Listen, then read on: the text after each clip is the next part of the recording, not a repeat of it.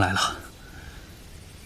你给自己取名叫梅梅，这首曲子叫寒鸦声。看来你与这乌鸦还真是有异曲同工之妙啊！可不是嘛，眼下就生动地演绎了一出什么叫做冤家路窄。你要干嘛？我知道，不许打架，不许动内力。可是阿飞，人生在世，有些事情是必须自己亲自动手的。可是没有钥匙了。我自有办法。小皇孙，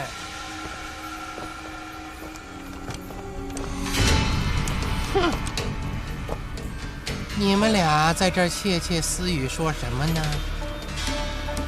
中了透骨青还能活到这一会儿，你可真是福大命大呀！哟，原来是个多情种，舍不得死。楚中官既然清楚，那就必定知道今日你我之间不能善了了。哟，好大的口气呀！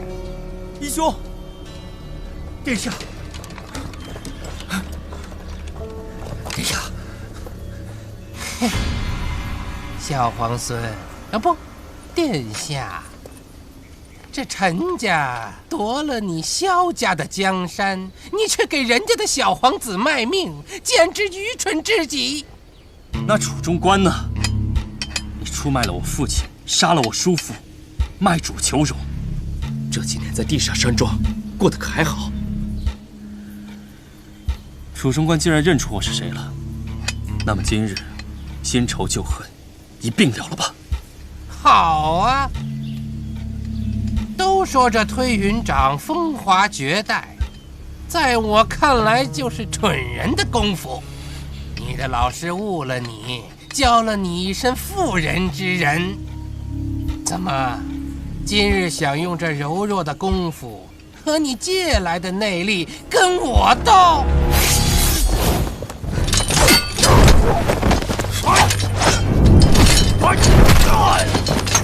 殿下，别冲动。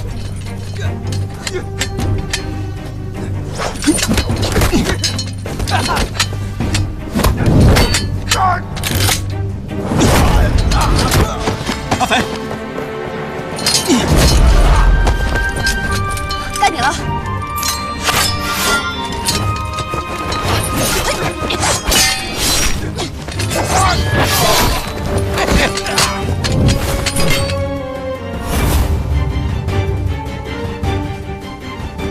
好刀法，有意思。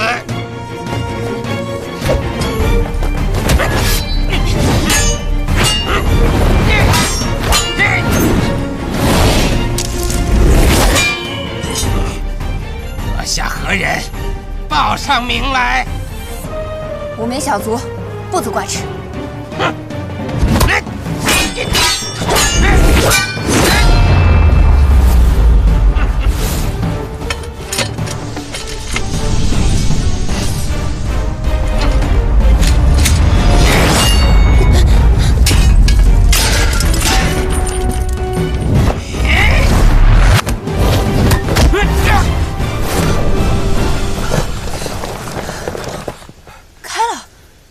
开了。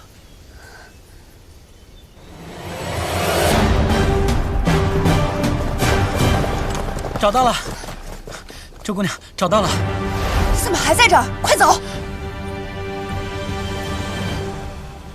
子琛，接刀。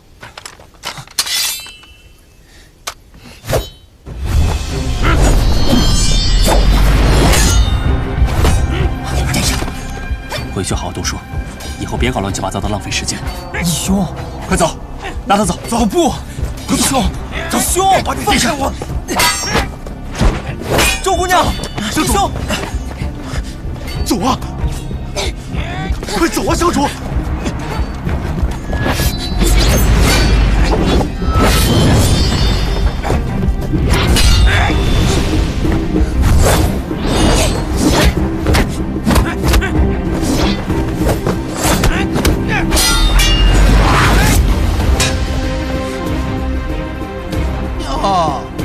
皇孙，你好气魄呀！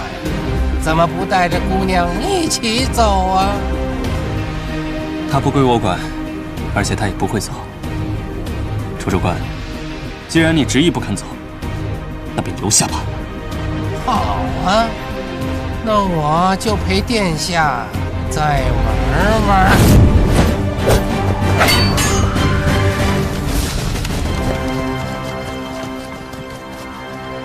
殿下，殿下，你就放心吧，有周姑娘在，谢公子不会有事的。刚才那送咱们走的，便是周妃周姑娘。啊，是啊，她刚才挥刀的样子，当真是风华绝代。殿下，咱们还是赶紧走吧。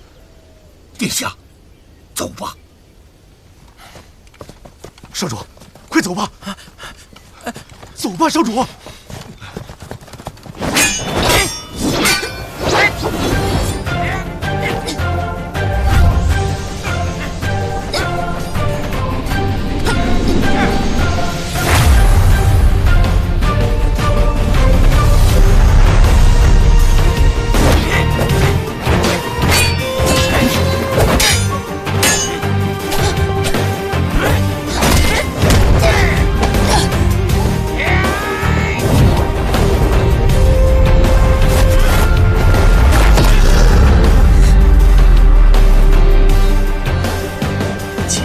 内力就是要跟你一命换一命。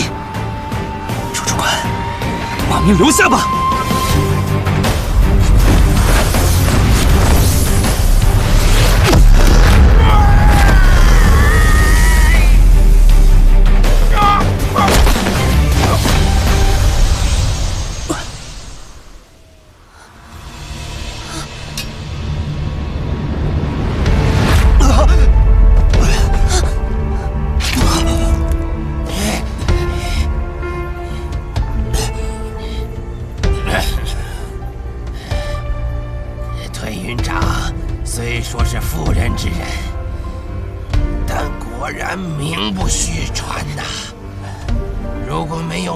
之分，今日咱俩的交手，可算是近20年最值得一看的较量。只可惜，你身上还有一层透骨青啊！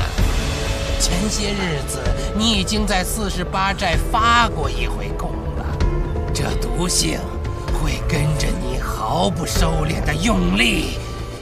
而渐渐越发来势汹汹，接下来，你就是关节凝滞，血脉堵塞，然后就……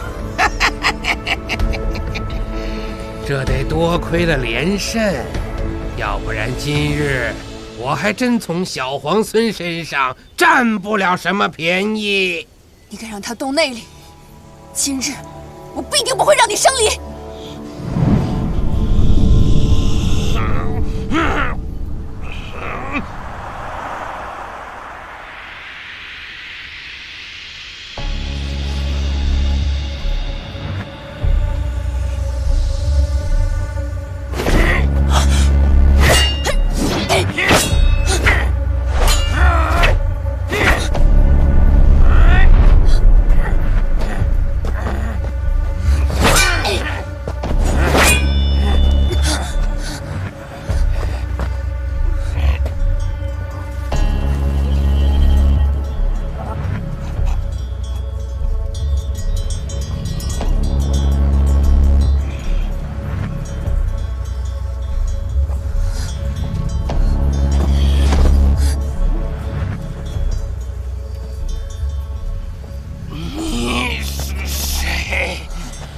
我是大药谷唯一的传人，我是硬河从。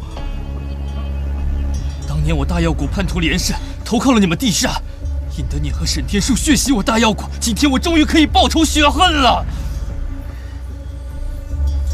不过也多谢谢你们，要不是你们把他逼得如此狼狈，我也没有这么轻易就得手。硬河从，你，阿飞，仙元。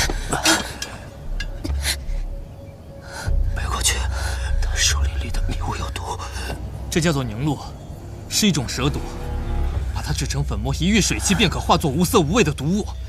刚才你们打斗的时候，楚中官可是吸入了不少。这种毒，内力越高的人发作就越快。楚中官果然名不虚传啊！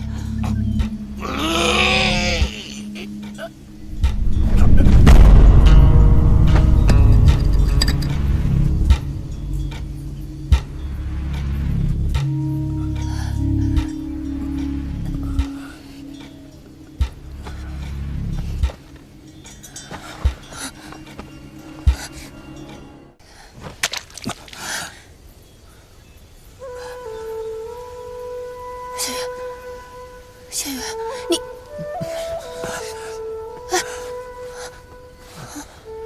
没事，我没事。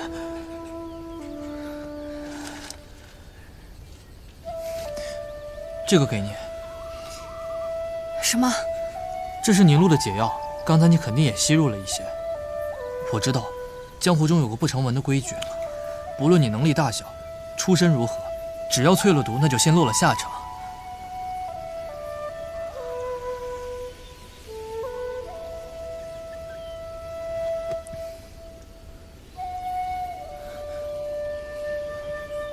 这瓶凝露我做出来3年了，一直没有机会用。今日要不是你们把他逼到穷途末路，就凭我那点微末的本事，他一走进这林间就能发现我。所以，是你们帮我杀了仇人，我欠2位一个人情。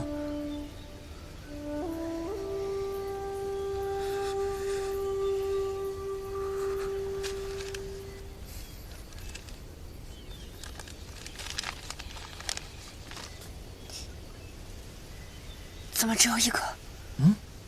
你怕吃不饱？哦，他不用，他身上有透骨青啊。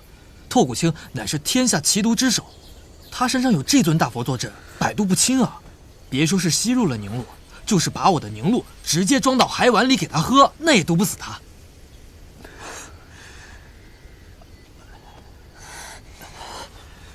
叶公子，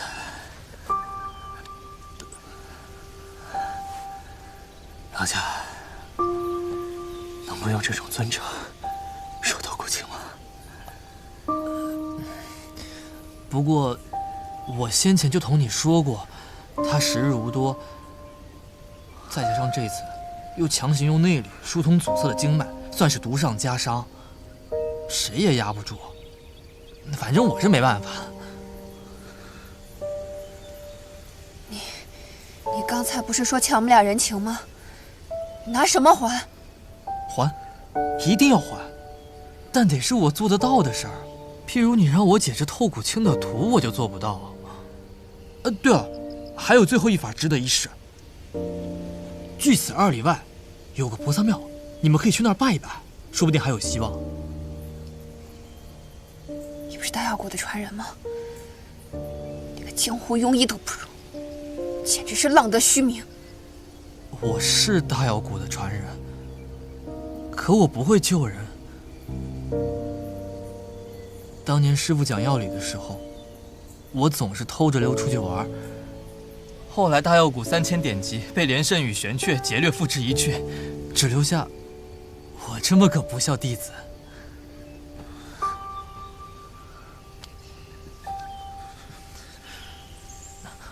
我不是什么药谷传人。你们还有什么事吗？没有，我就先走了啊。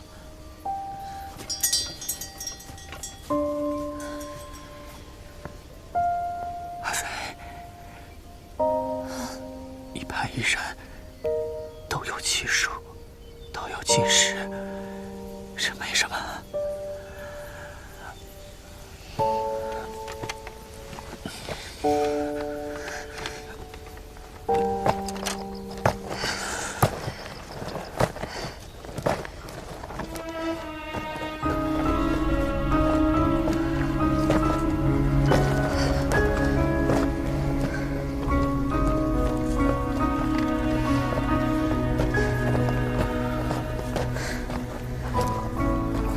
去哪儿啊？去求菩萨。你说，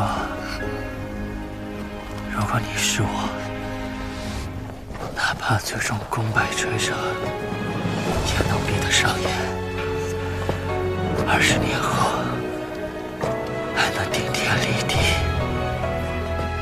这话我信了。如今不成就是不成了。你那说好的顶天立地呢？要真是哭鼻子，可就是食言而肥了。闭嘴！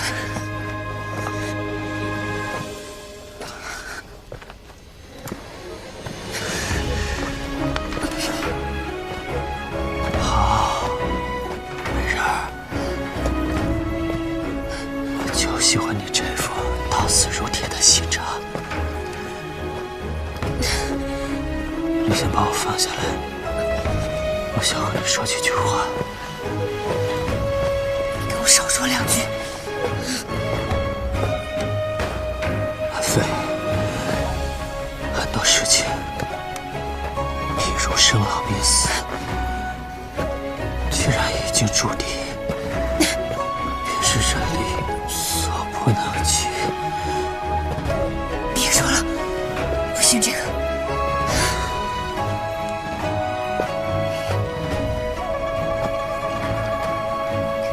阿飞，以前同你说要你做王妃的话，是骗你的，不当真。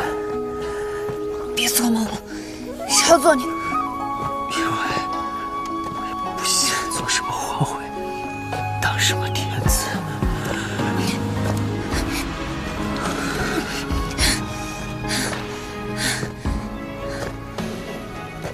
其实我想过，自己会死在何时何地，又该葬在哪里，才能魂归故里。但是这会儿，我不想回什么剑阁，我想跟你去48寨，去个随便什么的地方，生着个山野村夫，死成个山鬼灵媒。闲了就骑骑你，爱大了就跑，跑个10天半个月，等你气消了再回来。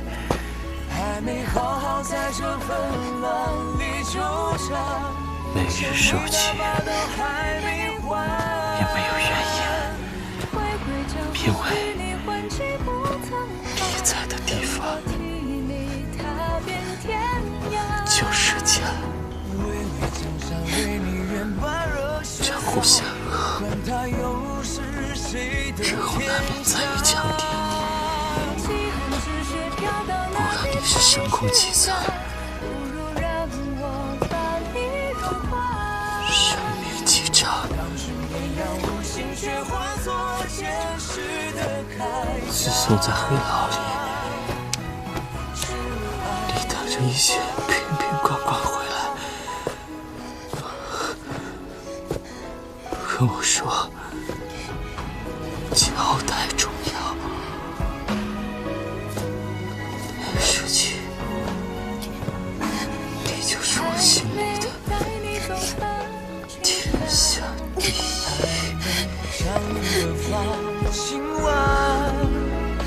还没好好在这纷乱里纠缠，欠你那把刀还没还。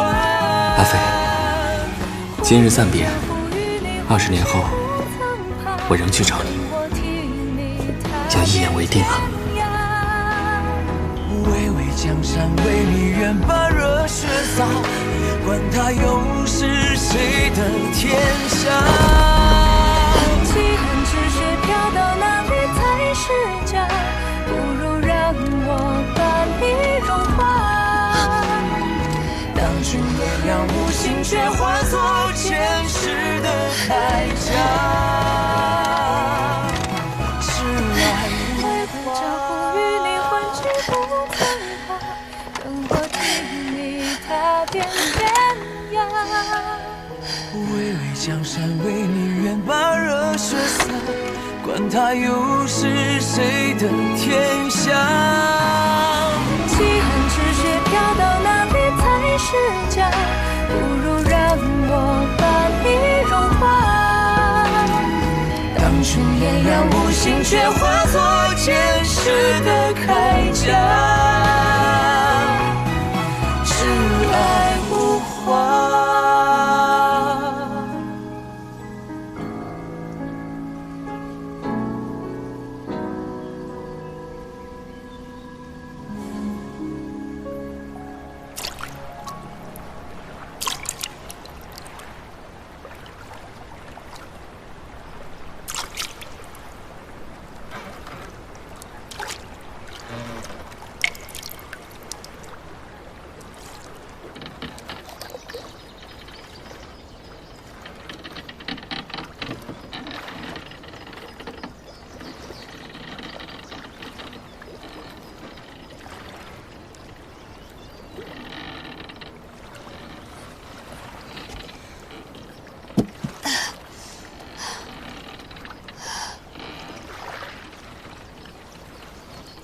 我刚才在干什么？我在哪儿？小姑娘，你这命是捡来的吗？怎么一点也不知道珍惜呢？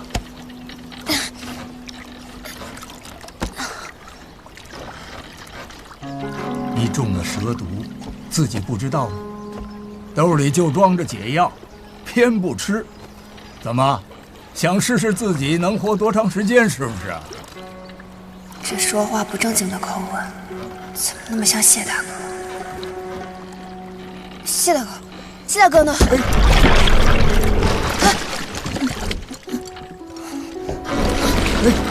慢着点，慢点来。哎呀，你们这些个慌里慌张的小施主啊！大师，那个跟我一起的人呢？阿弥陀佛。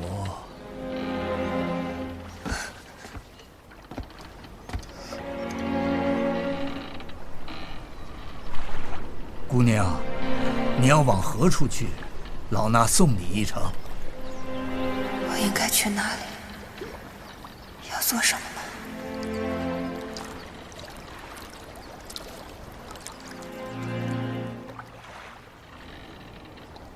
大师，你有酒吗？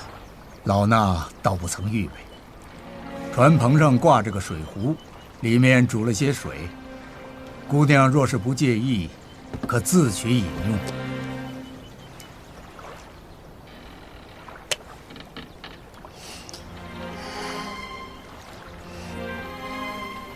药的味道。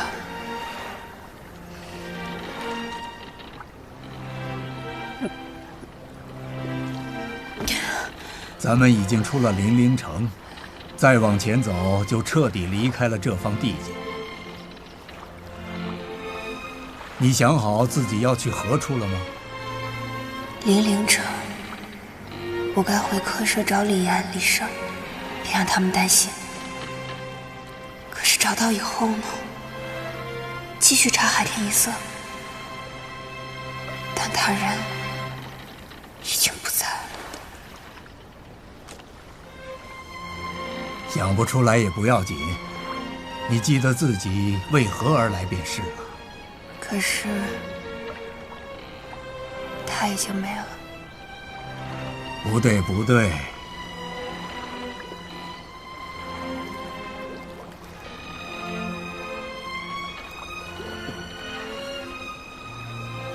我帮帮您吧。你会划船吗？您教我呗。这玩意儿怎么往前走啊？你再好好想想，你是为什么而来的？想通了，就知道该怎么往前走了。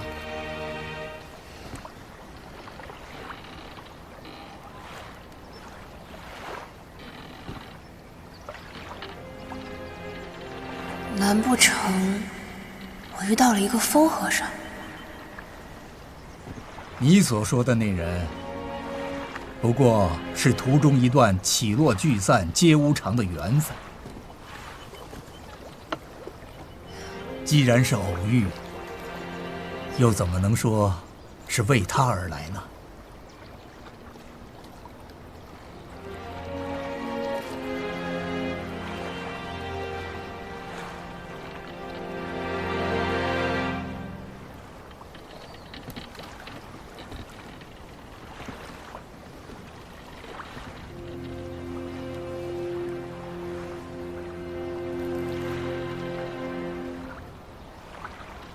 刚开始，我是为了长辈交托的义庄跑腿的事儿上路的。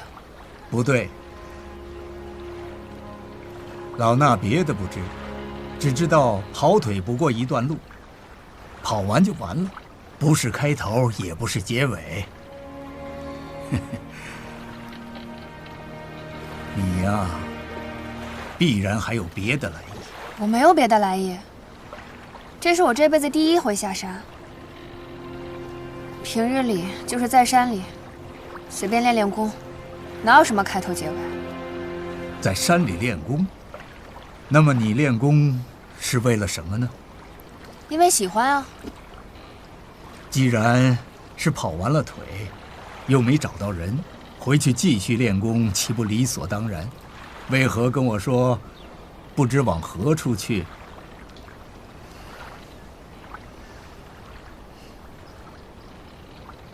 你练功是为了什么呢？练功是为了什么？最开始只是为了博大当家一个点头，而后来，这是破雪刀重出江湖后，其任下第一道亡魂。就算只剩我一个人，我也一定会把你安全送回48寨。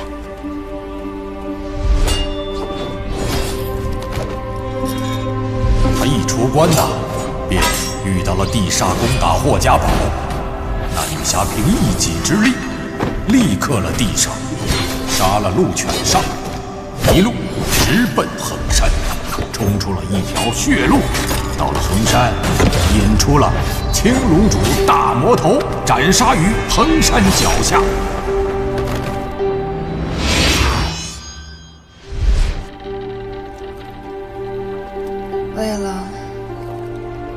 为了先祖的刀吧。双刀一剑库龙手的故事已经过去了，我们这些不孝子孙，拿着先人留下的刀剑，苟且尚且艰难，太窝囊了。我总觉得不该是这样。宁门之后，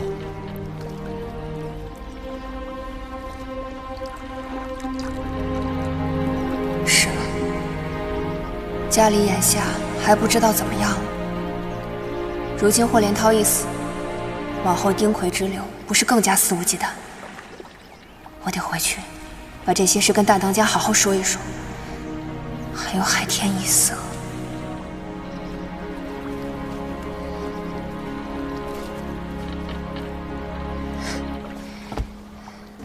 大师，麻烦你送我回一趟零陵城外吧。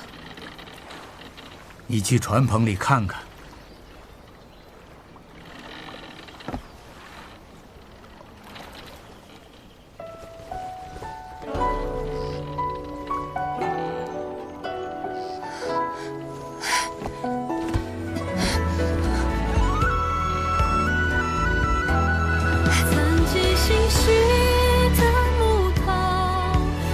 尘凡景英雄老，梦中山花如飞，如见故人红袖照，有情那一句交代，比性命重要。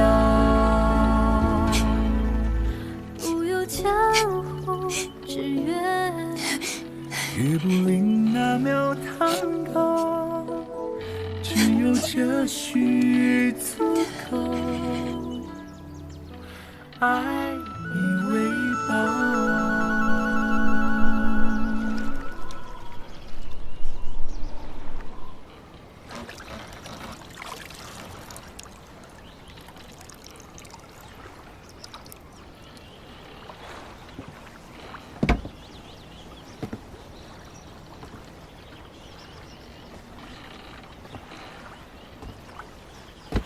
大师，他现在这样还有什么办法吗？老衲只能以银针服以一些药物，来吊住他的小命。究竟该如何驱除这透骨青之毒？我们几个老东西好多年前便开始琢磨了，至今也是没什么眉目。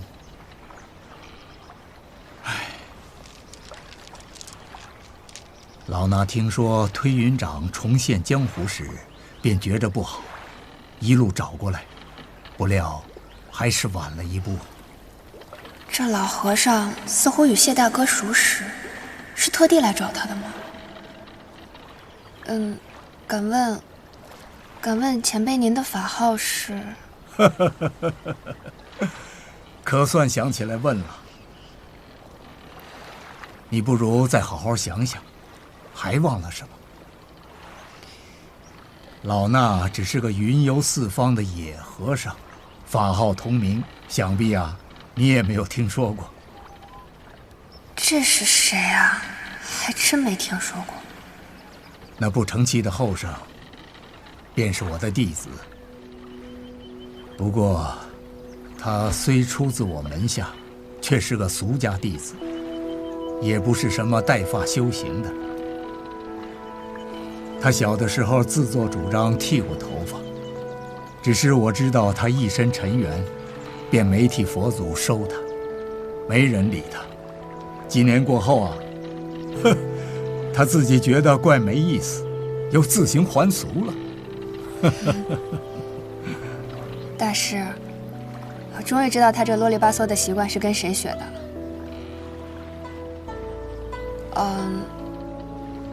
谢大哥，他跟我说过，他有一位师叔，将毕生的功力都传授给了他，所以才压制住了透骨青。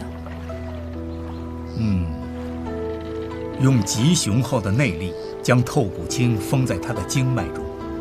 当时是我亲自下的针，那时我便觉得此计不过权宜，不能长久。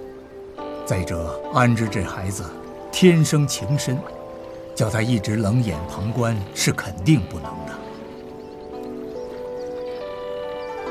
安之，他一个师叔给他取的字，没告诉你吗？他告诉我的是谢梅梅。前朝突发兵变，安之尚在襁褓之中，是一个老中官将他抱出险境，遇上了我们。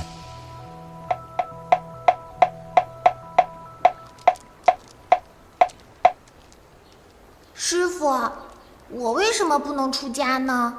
我师父是个大和尚，我就应该是个小和尚啊。遁入空门，是看破红尘。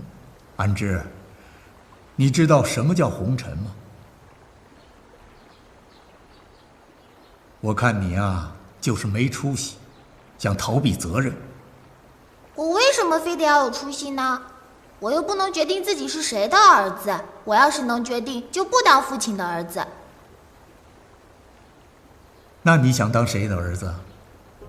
打鱼的、撑船的、挑担的，都可以。这样我就不必读书，也不必练功。等将来长大了，我可以卖力气为生。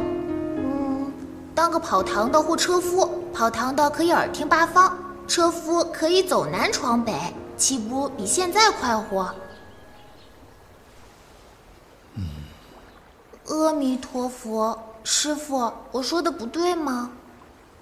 你只看到海边那些卖苦力的娃娃们自在，却不知道他们这一辈子快活的时光只有这几年。一旦身子骨开始抽条，便要替家里干活，挑担的要挑一辈子的担，撑船的要撑一辈子的船，日日起早贪黑，糊口尚且困难，遑论听风赏月。身后一家老小都是石头，沉甸甸地压着你，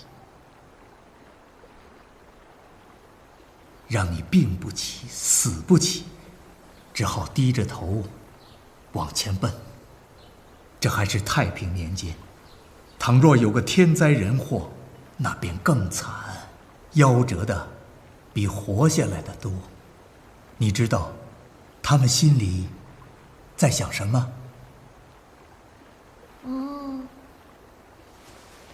阿弥陀佛。他们在想，我为什么不是公子王孙？那些女娃娃们更苦，幼时祈求父母垂怜，不要将骨肉发卖；挣扎着长大出嫁，要祈求婆家垂怜。生死祸福全部由己，这是生而为人，拖上了牛马的命。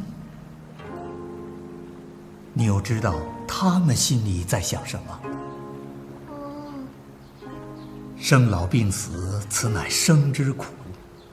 凡人奔波半辈子，都是为了挣脱娘胎里带来的命。哪是那么容易的？你单知道自己的苦处，却没见过别人的命啊！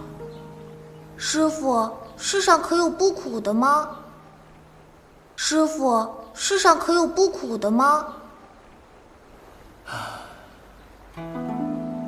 那都是有大造化的人，有父母长辈顶着锋刀双剑，他们才能一生下来就是自由身，是前世修行来的。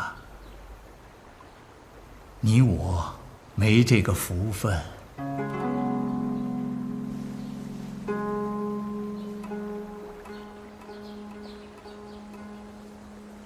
小殿下，小殿下，小殿下，小殿下，你在哪儿呢？小殿下，小殿下，小殿下，你可不能胡闹啊！小殿下，你要是出了家，小家江山可怎么办呢？小殿下，你的父亲还有先皇都在天上看着你呢，小殿下。你快出来啊，小殿下！你出来啊，小殿下！总算是喊累了，闭了嘴了，到最后还不是我赢了？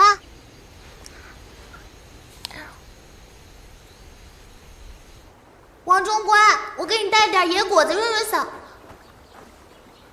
王中官。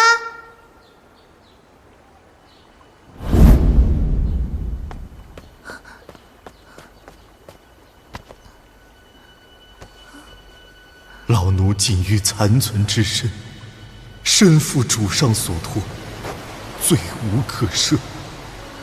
倘贵人们垂怜，千万勿要立碑祭扫，再舍老奴的身后之福。只愿烧成一把灰，撒进东海，这样老奴就能一路向北，飘回故土。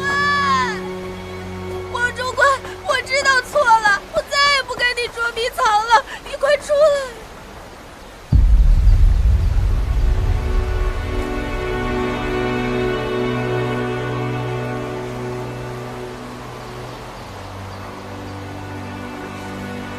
你别吓唬我，你过来好不好？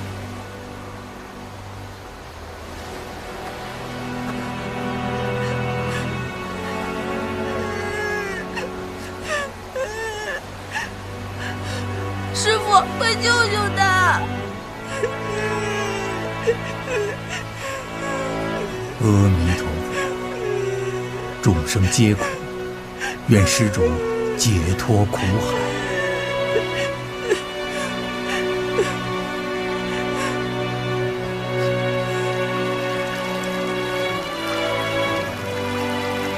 自那之后，他就仿佛变了个人，学文习武皆是一丝不苟。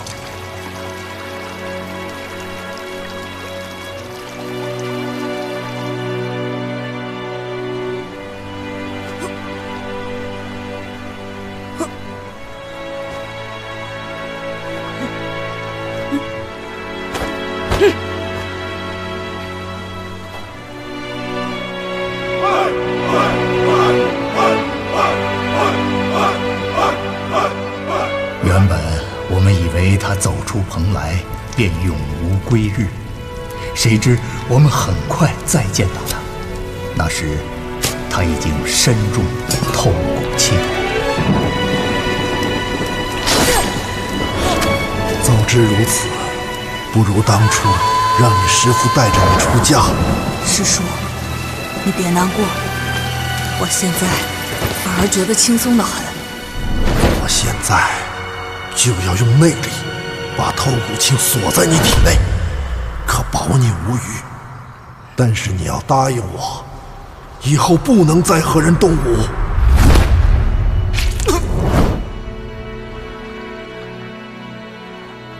怪不得他总说他自己这条命来得不重不小，可这些哪一样由得了他呢？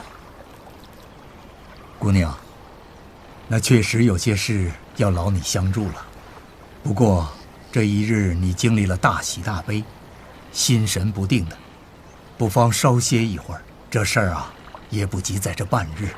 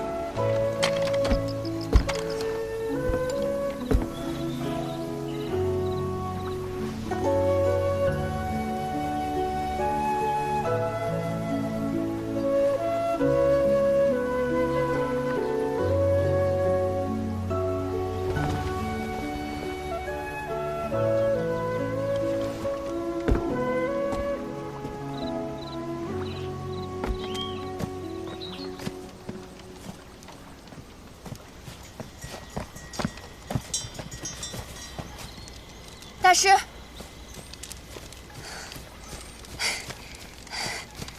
大师，他现在这样，当真没有办法了吗？透骨青之毒，天下至寒。自他中毒之日起，我们几个老东西便开始琢磨了，至今也没什么眉目。但凡是毒，总要有个来由。给他下毒的连胜不见了，我便去找他师傅。若他师傅也死了，我便寻上他师门。我就不信这天下奇毒就是凭空冒出来的。你说的不错，这透骨青确实有来头，而且来头不小。我查过一些道听途说的记载，得知这透骨青本是大药谷药王经中的百毒之首。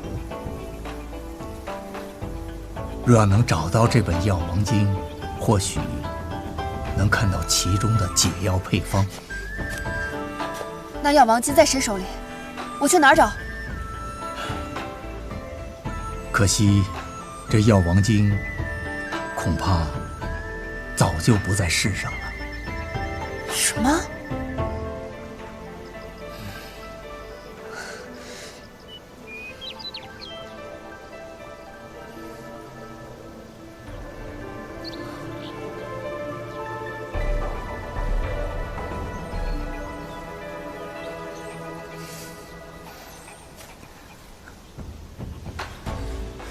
你这是做什么呀？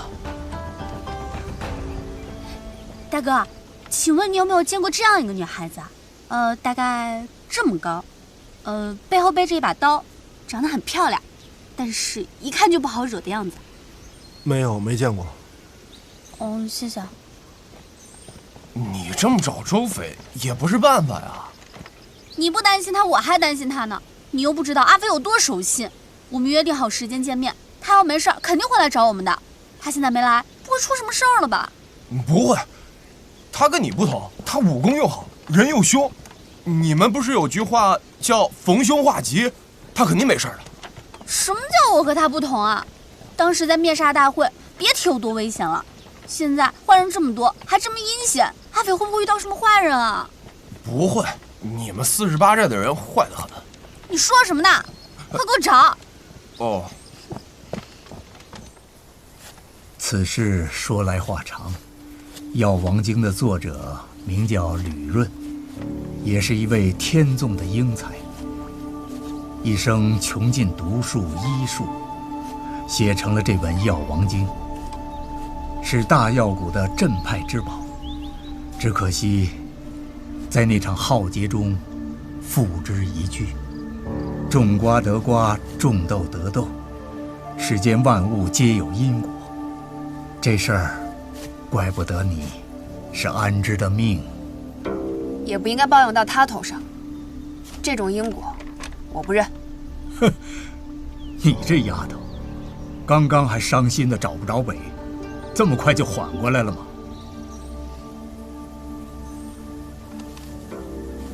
既然大师出手了，就说明还是有希望的。否则您不会对我说这一番话，对吗？你心地纯良，难得对贪嗔痴之苦却看得这么透。大师说笑了，只是我贪的东西和他们不一样罢了。这小子总说他命不好，我看未必。大师，您跟我绕这么大一个圈子，现在总该告诉我，您所托之事是什么了吧？我不日便要带他回蓬莱去了。若要救安之，老衲只能先用3味汤吊着他的性命。3味汤？3味汤共3剂。老衲这些年在中原行走，就是为找些散落各地的驱寒圣物，如今已经配出了第1味。待他回到蓬莱后，就给他喝下，能暂时保住他的心脉不冻结。3个月内，再喝下剩下的2味汤，或许他还有机会醒来。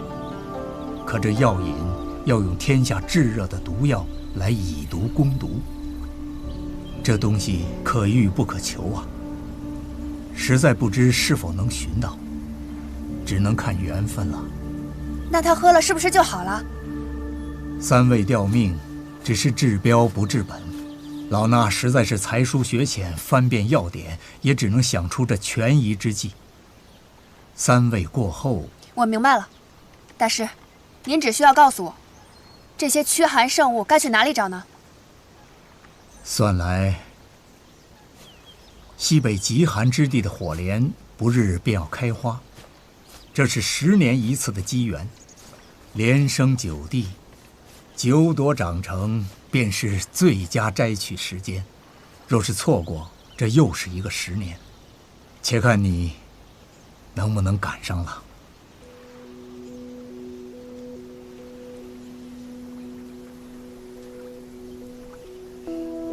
火莲我一定拿回来，让他一定等我。丫头，你有没有想过，即使踏遍人间，最后依然可能遍寻不到，结果仍是一场虚妄。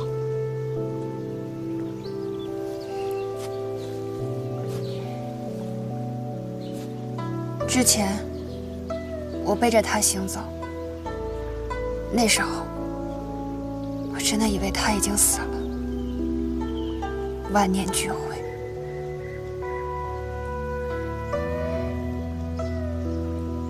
但是现在我知道了还有解救他的方法，纵然很艰难，但那也是一线希望，不是吗？周小友果然是玲珑剔透。孩子，去看看安之吧。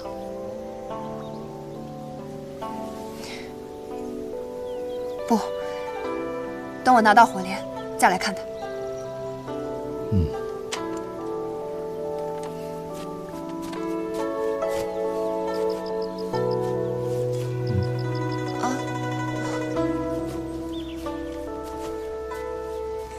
这丫头，哎，你忘了这个？这是多少人舍去身家性命都要去抢的东西，你倒好，把东西扔在路边，居然还能忘了。我一路带着累赘，您先帮我收着吧，等我想起来再回来取。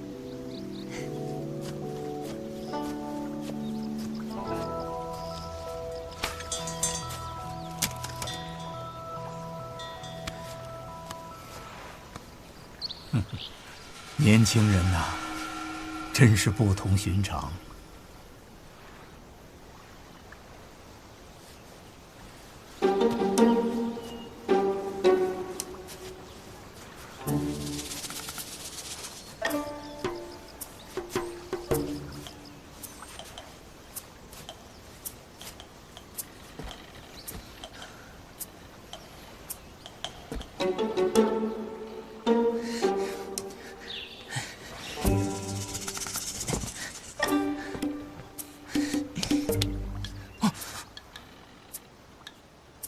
奇怪，他不是刚死吗？怎么就跟冰块似的？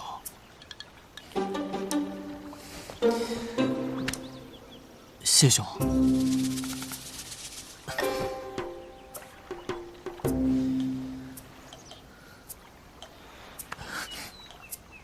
那个，你活着的时候我没能救你，现在你死了，我拿你的尸体去研究透骨青，也算是帮你积些德吧。你应该不会怪我吧？你要是不说话，我就当你默认了啊！阿弥陀佛。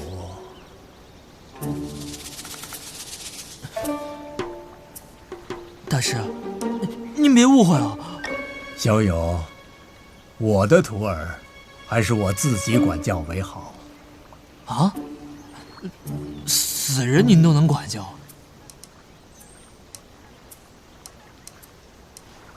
他没死啊！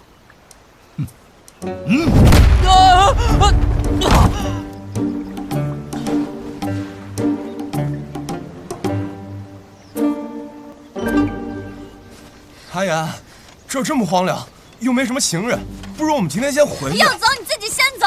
我怎么可能把你一个人留在这儿？你武功又……武功怎么了？你挺好的。我的意思是说，我不知道怎么跟你哥交代。我不用你管，也不用你告诉我哥。他倒是自己稳坐客舍等阿斐回来，也不想想阿斐遇上地下那些坏蛋怎么办？你们这是没有良心的家伙！去那边。哦。哎呀，疼死了！对不起，对不起，我不是故意的。哎，手帕给你，手帕。也不知道阿斐怎么样了，他遇到地煞，到底是他倒霉还是地煞倒霉？阿斐武功是比我们好，但那又怎么样？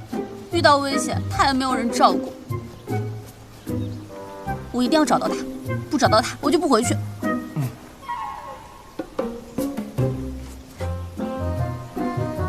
那里怎么有个人？